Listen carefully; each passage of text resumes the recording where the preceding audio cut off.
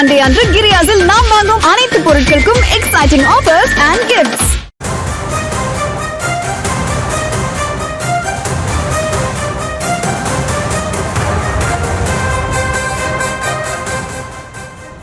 இந்த கூட்டத்தில் கிட்டத்தட்ட 42 தலைவர்கள், அந்த கட்சியினுடைய பிரதிநிதிகள் கலந்து கொண்டு ஒருமனதாக தீர்மானத்தை நிறைவேற்றியிருந்தார்கள். இந்த தீர்மானம் தமிழ்நாட்டில் 69 விழுக்காடு இடஒதுக்கீட்டை பாதுகாக்க வேண்டும்.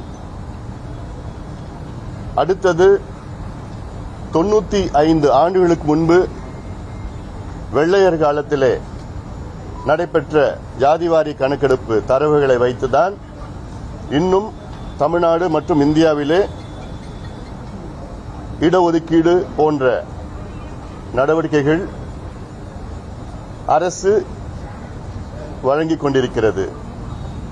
இந்த பழைய தரவுகள் போதுமானது இல்லை, இதை நாங்கள் ஏற்க மாட்டோம் என்று உச்சநீதிமன்றமும் உயர்நீதிமன்றங்களும், இந்தியா முழுவதும் இருக்கின்ற உயர்நீதிமன்றங்களும் அதை ஏற்றுக்கொள்ளாத சூழலில் நவீன தரவுகள் வேண்டும் என்ற கோரிக்கை, அதற்காக உடனடியாக தமிழ்நாட்டிலே கணக்கெடுப்பு நடத்த வேண்டும் என்று ஒரு கோரிக்கை வைத்தோம்.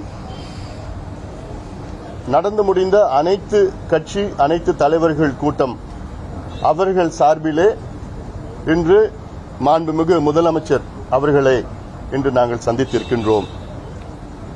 அது மட்டுமல்ல, தமிழக வெற்றி கழகம் இன்று ஆட்சிக்கு வந்திருக்கிறது. முதலமைச்சர் விஜய் அவர்கள் தேர்தலுக்கு முன்பு அவர்களுடைய கட்சி தேர்தல் அறிக்கையை வெளியிட்டார். அந்த தேர்தல் அறிக்கையில் முதல் வாக்குறுதி, தமிழ்நாட்டில் உள்ள அனைத்து சமுதாயங்களும் சமூக நீதி வாரியாக பிரதிநிதித்துவம் இருக்க வேண்டும், அதற்கு சாதிவாரி கணக்கெடுப்பு நடத்த வேண்டும் என்று அவர்களுடைய முதல் வாக்குறுதி. அதையும் ஞாபகப்படுத்தினேன். அதை அவரும் சொல்லியிருந்தார். நாங்கள் எல்லாம் இதை மக்களுக்கு உறுதி கொடுத்திருக்கின்றோம் என்று சொல்லியிருந்தார்கள். ஆக எங்களுடைய எதிர்பார்ப்பு, தமிழ்நாட்டில் கணக்கெடுப்பு நடத்த வேண்டும்.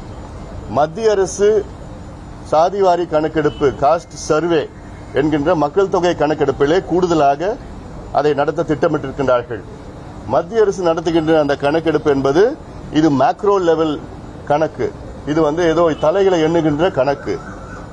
மாநில அரசு எடுத்தால்தான் இது மைக்ரோ லெவல், துல்லியமாக தமிழ்நாட்டில் உள்ள 8 கோடி மக்களுடைய நிலை, 2.25 கோடி குடும்பங்களுடைய துல்லியமான நிலையை, சமூக பொருளாதார கல்வி நிலையை துல்லியமாக எடுக்க முடியும். எடுத்து இல்லாதவர்களுக்கு வழங்குவது, இல்லாதவர்களுக்கு கொடுப்பதுதான் சமூக நீதி.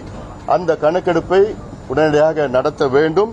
இதில் கர்நாடகா 2 முறை எடுத்து விட்டார்கள், தெலுங்கானா முடித்து விட்டார்கள், பீகார் முடித்து விட்டார்கள், ஆந்திரா, ஒரிசா, ஜார்க்கண்ட் நடத்தி கொண்டிருக்கின்றார்கள். ஆக சமூக நீதி பிறப்பிடம் தமிழ்நாடு.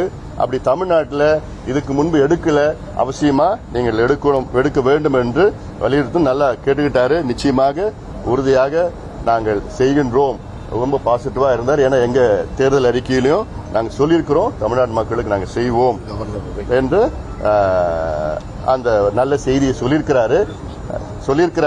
ஆனாலும் எங்களுடைய கோரிக்கை கவர்னர் உரையில், ஆளுநர் உரையில் அவங்க அரசினுடைய கொள்கை முடிவாக அதை அறிவிக்க வேண்டும் என்ற கோரிக்கையை வைத்தோம். இதுதான் அனைத்து கட்சி கூட்டத்தினுடைய கோரிக்கை. அந்த அனைத்து கட்சி கூட்டத்தின் அத்துணை தலைவர்கள் சார்பிலே இன்று நான் முதலமைச்சரை நான் சந்தித்திருக்கின்றேன். சந்திப்பு கிட்டத்தட்ட ஒரு 25 நிமிடங்கள் தெளிவா எக்ஸ்பிளைன் பண்ணிட்டேன், A to Z. தமிழ்நாடு முதலமைச்சர் விஜயை சந்தித்த பிறகு பாமக தலைவர் அன்புமணி ராமதாஸ் அவர்கள் செய்தியாளர்களை சந்தித்த அந்த காட்சிகளை பார்த்தோம். விரிவான விவரங்களை பின்னர் வரும் தொகுப்பில் பார்க்கலாம். மாதந்தோறும் ஃபர்ஸ்ட் சண்டே அன்று கிரியாஸில் நாம் வாங்கும் அனைத்து பொருட்களுக்கும் எக்ஸைட்டிங் ஆஃபர்ஸ் அண்ட் கிஃப்ட்ஸ்.